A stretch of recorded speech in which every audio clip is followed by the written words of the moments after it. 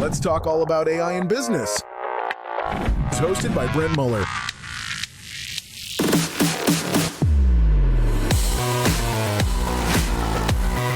Welcome to the Future Proof Podcast.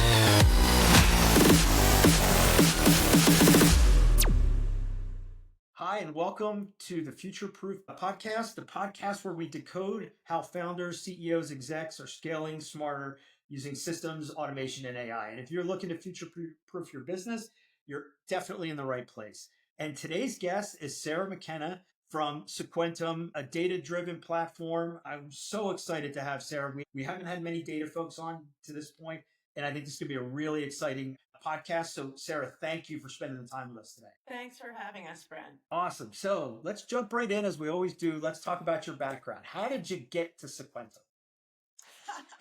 It was a very random path. Yeah. I feel like I had a lot of lucky bumps along the way, but at some point I decided I had to work in .coms. Yeah.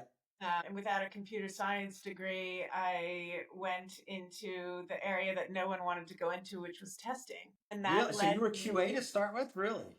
QA, and that led me to focus on automation. Before anyone talked about automation, right? Oh man, this was at the end of, basically before DevOps was a word, I was automating the builds and the setup of the environments and all the testing, the performance testing, security testing, functional testing. Yeah, so I became this, and I worked in many, many, many startups in New York City and Silicon Alley, Yeah. as we call it. Yeah.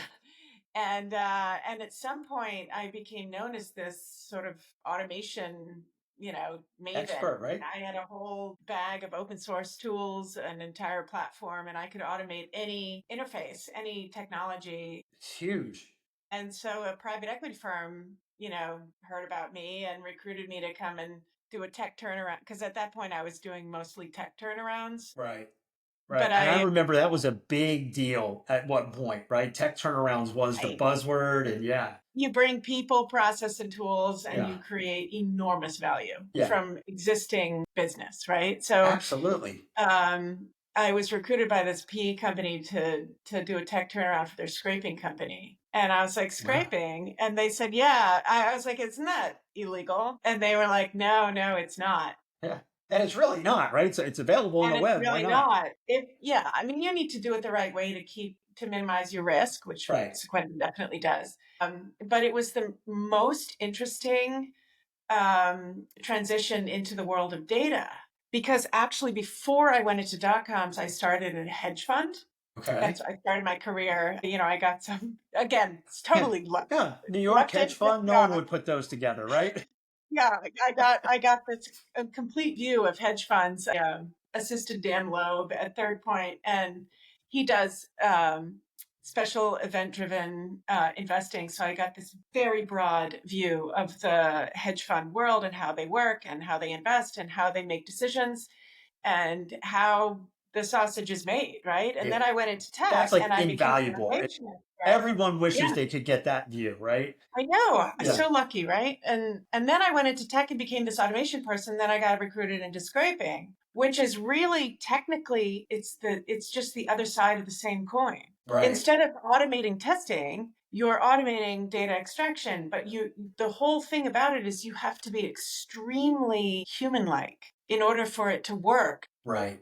Right. You have to mimic what a human would do on the browser Yeah, I totally get it. And using a browser and worrying about, how hard you're hitting it and being able to emulate exactly a user's activity so you don't get blocked and so you don't, so you get just like a QA person would go through a screen. Right. Exactly. So it was a very interesting, path into the industry. And then what happened is I did this tech turn. It took me like 2 weeks to get this scraping company unblocked. And then I turned around and I realized, look at this data.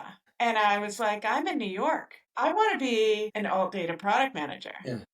And so I started, they had me, running the engineering teams and running all the scraping teams. So I had a ridiculous number of people reporting it to me. And we got it humming. I mean, we had releases every 3 weeks. That company, we started clearing $800,000 more per quarter just from all the same contracts. Everything was just like, you apply a QA person to an operation, and it's just like. Well, what I'm hearing is that you were selling something and they realized it was like crack and they wanted more, because that's what happened. When you see that value in that data, you're like, wait a minute, you could get me that too? Of course I want that, right? Like, I totally get how that happened.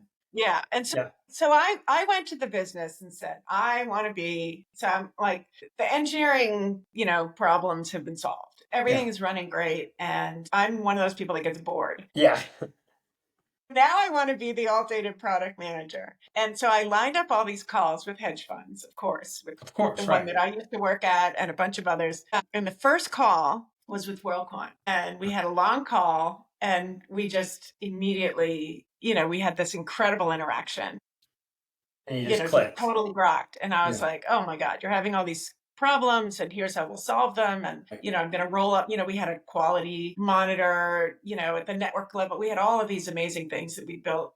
We were going to roll them all up, and this was going to be this great contract. And basically, they ended up recruiting me to join Sequentum and come run it, because it was tech that they were investing in. And I just fully entered, I jumped in with both feet and said, absolutely, I want to do this. And that's how I got here.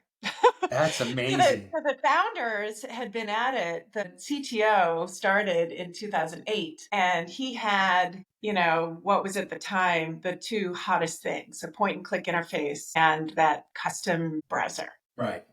Which is so hot now. A lot of people, they're talking about browser as a service. Right. ChatGPT has Operator. Everyone needs a browser in any intelligent agent. So we have that. That's amazing. And, I basically guided them to build out the platform and the operation. And I went into sales. And I've been, closing big name brands and, delivering on whatever their extremely custom bespoke, requirements are. So we sell software. We sell data as a service. Yeah. And we have a cloud platform where, you can just point and click and pay as you go. Fantastic. I love it. Yeah, you basically hit all the models that, anybody could ever want to interact with data. You make it very easy. And I love that. So I would imagine your clients are all over the map in industries because of what you're able to do. So if you start to think about, I'm going to kind of ask you to tell the audience a little bit about the things, but I'm thinking from anywhere from risk up to retail for tracking competitor pricing, and everything in between. Am I close? Yeah. I mean, I think, risk, we have risk alerts. We have intelligent agents that you can sign up for if you have a list of suppliers or vendors that you depend on, or even big name analysts or, influencers, whoever the entities or organizations are that you're dependent on, you can submit your list, and we will give you an alert if there's any fraud litigation. And you can customize it by not just an organization list, but keyword list of the types of risks that you're worried about. So that's just like, as soon as ChatGPT, like, we're a web scraping platform, industrial scale web scraping, and it's point and click, and you create agents, right? And then any agent, you can just configure an API. So it's kind of like the whole shebang, like anything that you would need to write an intelligent agent is there. And we were always using AI services, but when before it was even a thing, right? It was like, oh my Lord, now you can do contextual comprehension of this data you just pulled and then make decisions based on that. I was just going to ask you, how much more valuable does the data become now that you can do things through AI? I mean, you see it. You see it. Like with Wikipedia, you look at, you listen to the founder of Wikipedia talk about just the scraping and explosion of scraping that's happened since ChatGPT has come out, just on Wikipedia alone. And it's like 500 times or something. I mean, just the data, because you can operationalize that data now. And really that's fast. What we discovered. As soon as ChatGPT came out, it was, November, December 2022. November 2022, yeah. By the end of Q1 2023, we had our risk alerts live, right? And that is an autonomous agent. You just give it a list of organizations and keywords, and it is working for you. That's fantastic. It's working for you. And, we were like, oh my Lord, this is incredible. And since then, there's been all kinds of other innovations in AI with scraping. Yeah. Which are equally exciting. Yeah. So can you just talk about one or two of those? Because I think people are really that are tuning in are going to go, all right, let me start to get my head around what Sarah's talking about, because think of any use case, anything. I mean, there's so many use cases, right? So just for web data, just in general, right? Just to summarize, we pull facts. We don't pull copyrighted data as a company, right? If someone's using our software, they might do that, but we don't have control over that. But we as a company will not pull copyrighted data. It's facts only. So things like prices, reviews, recall information, rules. I could just go on and on and on, right? It's unlimited. Your use cases are unlimited. What lasers are available at, what spas across the country, right? You can, that's valuable information in certain quarters, right? Like what are the wait lines? What is the delivery wait times at different restaurants around the world?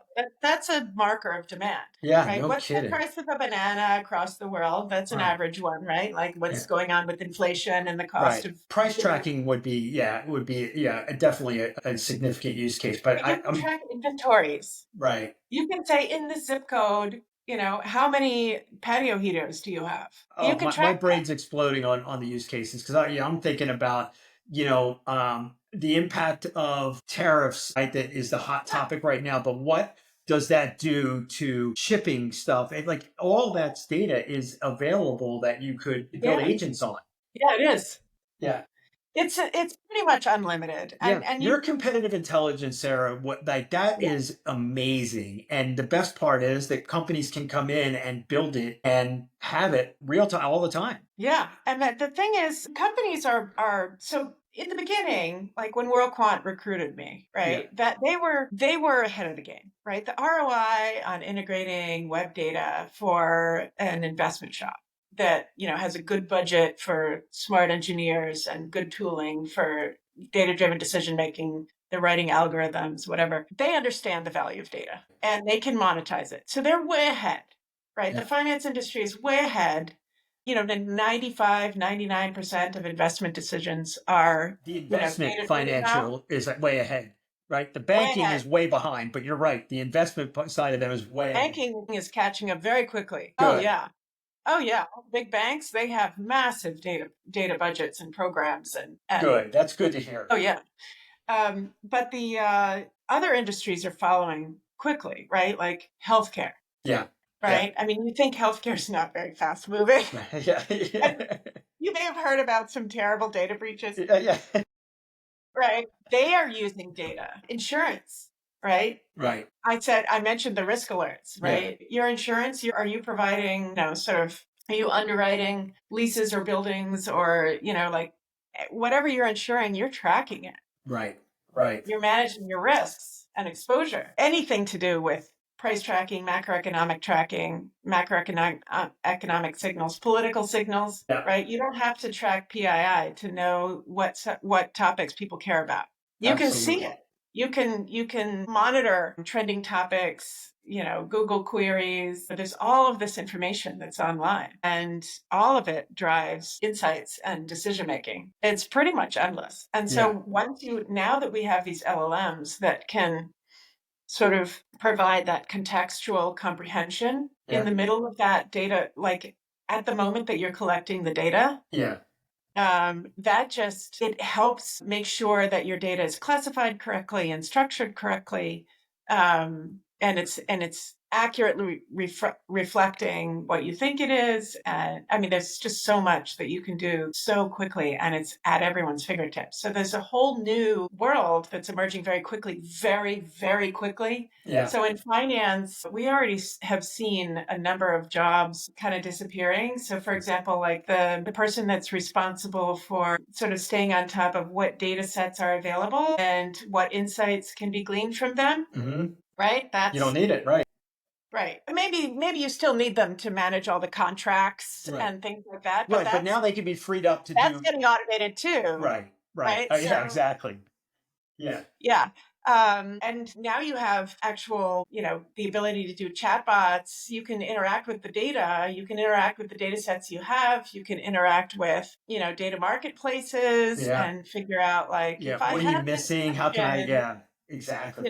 how would I go about, assembling a suite of data sets that are going to keep me up to date in real time on, positive and negative signals in this area, and it's just, field after field after field is getting automated. The brands are definitely in the mix, right? They are, Right. there was a big threat that they were going to lose, cookie data and consumer tracking information, which obviously isn't really happening. But Right. Google but realized they like we can't do that. We can't make that go away. Right. yeah, they still got wise to, the value in web data, Yes. right? So they're able to see, we saw this color explosion. All of a sudden, rose gold became a color that everybody wanted. So across, jewelry and hammers and shoes And and, MacBooks and bags, iPhones. Right. Rose gold is everyone like one of wanted the to most have it. popular. Yeah. Right. It's just all these little things. Like nobody wants to be, late to the party. And you can pull the trends off TikTok. You can pull the trends off, Instagram or, whatever, the platform is. And I was going to ask, does your platform allow you to pull stuff off social as well? As long as it's public. I mean, so if you want to operate the software yourself, you can log into anything. Like it's an automation platform. So Right. if you're like, tracking court records and you have a login to download all that stuff, you can log in. Yeah. We, as a matter of our operating guidelines, we won't. We will not log in, right? Yeah. We're not going to, we don't have, hundreds of lawyers that are monitoring terms of service and, checking what are you affirmatively agreeing to when you create an account. We also, because we sell a lot of data into financial services, we are to some extent SEC governed. Yeah. And you can't misrepresent your identity while you're data Absolutely. collecting. So you can't create fake accounts. We just, as a rule, we won't create fake accounts. We won't log in, right? But as long as it's public data, right? The courts have said that data is in the public domain. Right. Yeah. So we won't, under GDPR, a social media handle can be personally identifiable information. Yeah. So we can hash those. We do a one-way hash so you can track sort of uniqueness. But if you want to know sort of the virality of a topic, right, you can judge that without knowing any personal data on anyone. Yeah. Right. That's, Yeah. and You that's can. valuable. Right. That's really valuable. It's If you're a huge. politician, Right.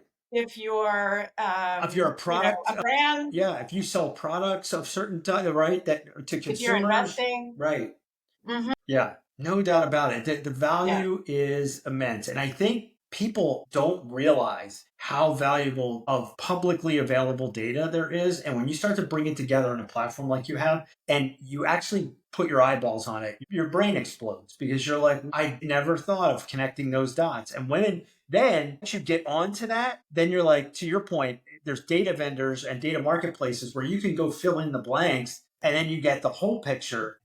What that unlocks for data-driven decisions is insane. right. Well, the nice thing is that a lot of what's happening is, people are standing up these intelligent agents, and the intelligent agents have their own sort of API interface. So you can go here for this decision or here for that. And that's becoming more formal now, right? Yeah. There's a little bit of some shape shifting on the standards front. Like, last month, we thought that, agents were going to, make themselves available through MCP servers. And this month, it's more like the Google standard that just came out. Right. And we're about to see the launch of this huge data thought leader. Zhamak Dajani is launching her data mesh platform, I think, next week. Okay. So we'll see what happens there, if that's going to have a big impact. So it's just so interesting. It is what's happening, but basically businesses are becoming a lot more intertwined, and where we used to talk about software as a service, where now we're getting almost like decisions as a service. Right. Decision intelligence via agent interfaces, like a lot, just so much is being automated. It's fascinating. It is fascinating. And for you, especially, right, because you were like on the pioneer part when automation wasn't really a thing, and to watch the evolution is really cool. Yeah, Yeah. people used to, that used to be a big topic in my field was, whether automation made sense, right? And I would have to make the argument Yeah. that yes, in fact, you want to make sure you want to automate everything that you can so that you can Absolutely. just focus your testing on exploring all the new, features that you've added, but the old stuff still works. Right. The last thing you want to do is have to go back and test stuff that has worked forever. Like, oh, did I break that? Right? Like, no, you want to automate that, right? That's machine work. It's Right. not intelligent, creative human work. Right. Nobody wants to go back and test the same thing over and over. That's never going to happen. So, Sarah, you hit on something so important. So, for everybody listening, right, that when we always talk about the impact, AI is another tool, right? We call them, as everyone knows here, digital coworkers, right? But what you just said about where the human really matters versus the machine, right? That really is the mundane and drudgery. Like, if people can get that, I don't care what department you're in, I don't care what level you're in, if you're using AI as a co-pilot or a digital coworker, that's the part you have to figure out. I tell everybody, just write down one day during your day, what's all the stuff I wish I didn't have to do that just holds me up from getting to the right stuff. So what you just hit on is what I think is the nuance that people miss. Yeah.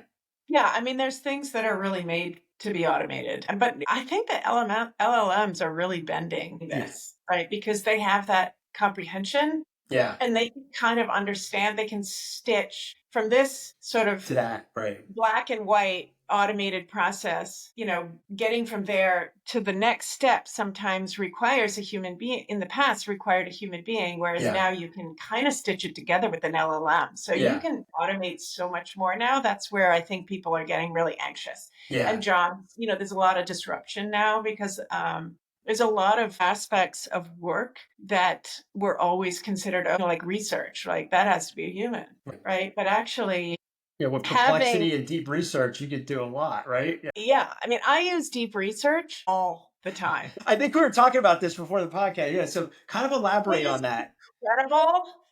Like, so the fact that we don't focus on any one industry means that, I'll get calls from people who say, okay, well, I work in this field. Yeah. I don't know what the example should be. Like, no, but it doesn't matter, right? Because your lingo changes from call to call, right? Because of that, right? Let alone what your knowledge has to be. Jumping from industry to industry, there's all these different terms, and ChatGPT or DeepSeek or whatever you're using, Claude, Anthropic, Gemini, it knows much more than you do. Yeah, it can get there faster because it can process more. Almost everything. Resources. Yeah. About tech. About business, about any of those topics, whether it's legal or, it's incredible. By the way, this is my number one favorite use case, what you're talking about, and no one talks about it, right? I use it all the time. Yeah. And so I ask it, to basically, I ask it very pointed questions, but I also ask it to just educate me. And it's phenomenal. I mean, it would take me so long to do that research and come up to speed on my own. And I feel like I feel like it's like the dummies books, right? It could do it really fast, and I could come up to speed like at that level like that without having to read that whole book. It's amazing. And it goes so much further than that. Right. And in our field, in data and AI, right, a lot of the sources it's pulling from are in Chinese. Yeah. Like, I would not have access to that. Right. But it's giving me all that knowledge and summarization. I mean, it's really valuable. Yeah. Yeah. That's a phenomenal tool to me. And especially, and I know because you do a lot of business development and sales as well as part of your role. But for every sales exec or CRO that's listening to this, to me, what Sarah's talking about is like, it's my number one use case of why you should be using this. Because you'll go into your sales calls with clients and they're going to be blown away at your knowledge just by taking a half an hour to go through this. Yeah.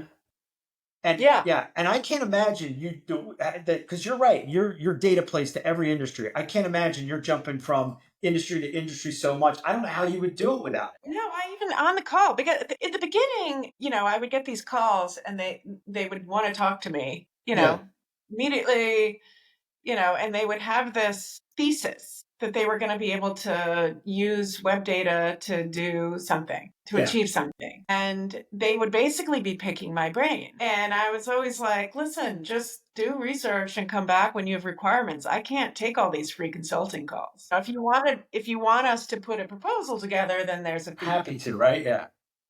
And I would charge them $20K or whatever it was, $5K, depending on what it was. But that wasn't good business for us. And we didn't want that. We don't want consulting business. We want recurring revenue. Right. So, but now I type it into ChatGPT and I tell them, I'm like, I'm typing it into ChatGPT. Yeah. And I go through it and I'm like, oh yeah, okay. So, and in 5 minutes, we like have our requirements defined. Like here's, 20 sources. These are the data points we're going to pull. This is how we're going to pull it together.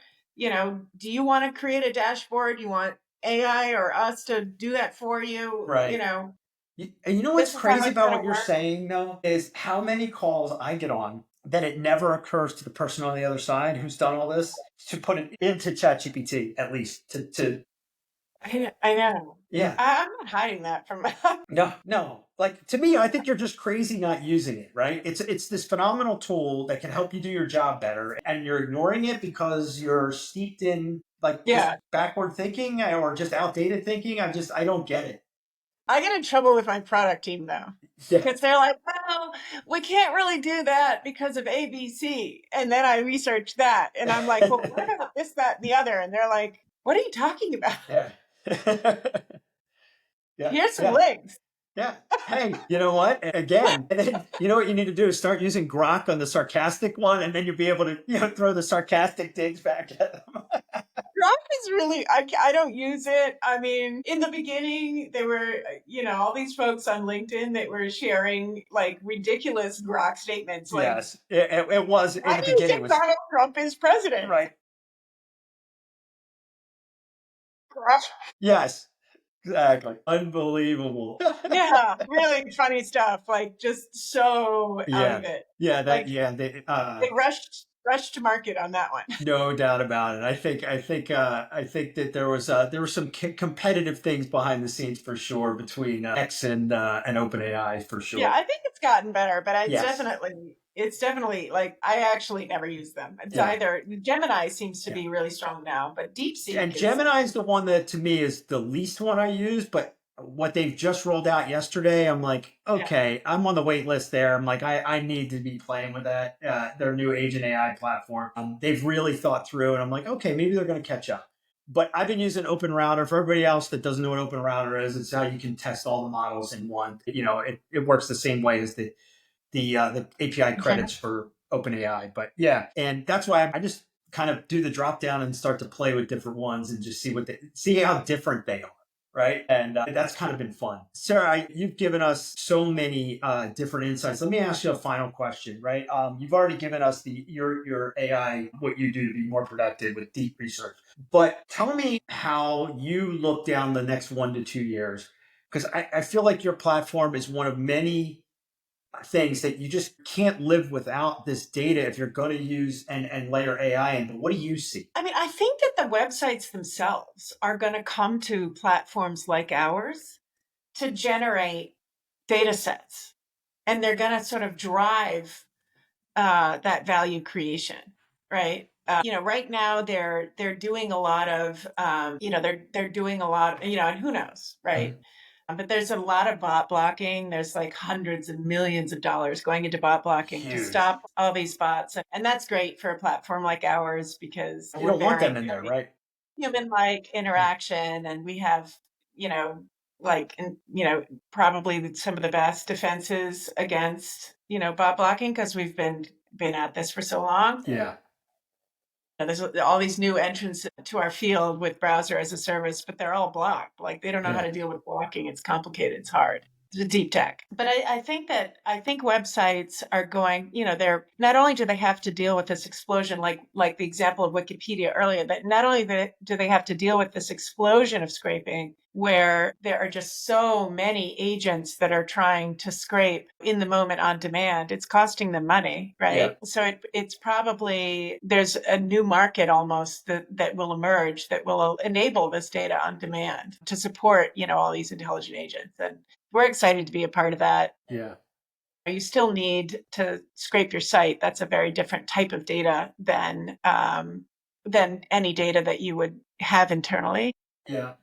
So, it's interesting. We'll see how, what happens. There's obviously a big impact. The chatbots are, Perplexity and ChatGPT, they're changing the way that people ask questions. There's a big drop in traffic to a lot of the sites that these agents would otherwise go to. Yep. That changing search for sure. Searchers would go to, Yeah. and people where people would contribute questions and answers.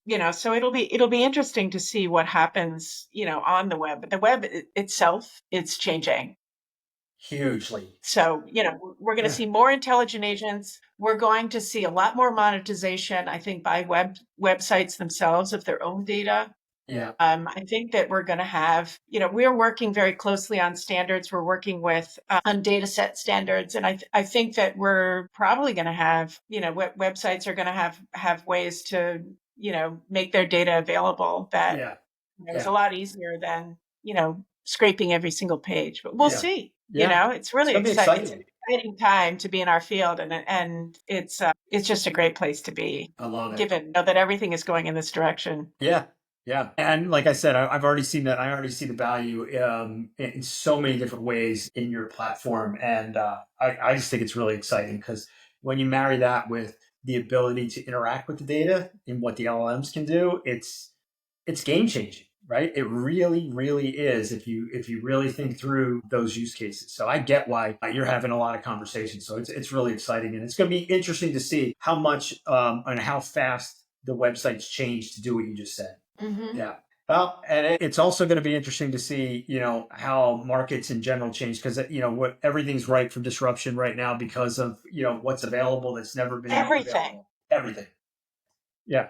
Right. People thought Uber was the massive big disruptor, right? And that's just like the first domino. Like that now everything's on the table. You really have to, as one of my recent podcasters said, you have to red team, blue team everything now. Right, with your business, because you have to figure out what if someone was starting from scratch and said, "Hey, I want to go up against them," what would they do? Right, and it's because of the no code options now. It's crazy. So, but it's a little bit confusing because it's like, okay, this company had a good idea, but we can also just do exactly what they just did.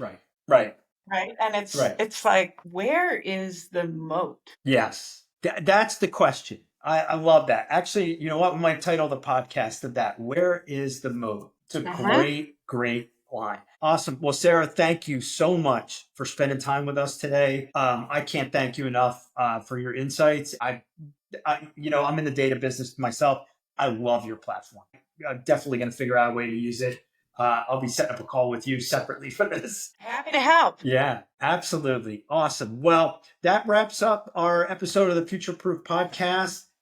Future proof what matters and automate the rest. Thanks, Sarah. Thanks, Brent. Bye. If you're ready to embrace change and lead with innovation, be sure to subscribe and never miss an episode. Thanks for tuning in to the Future Proof podcast.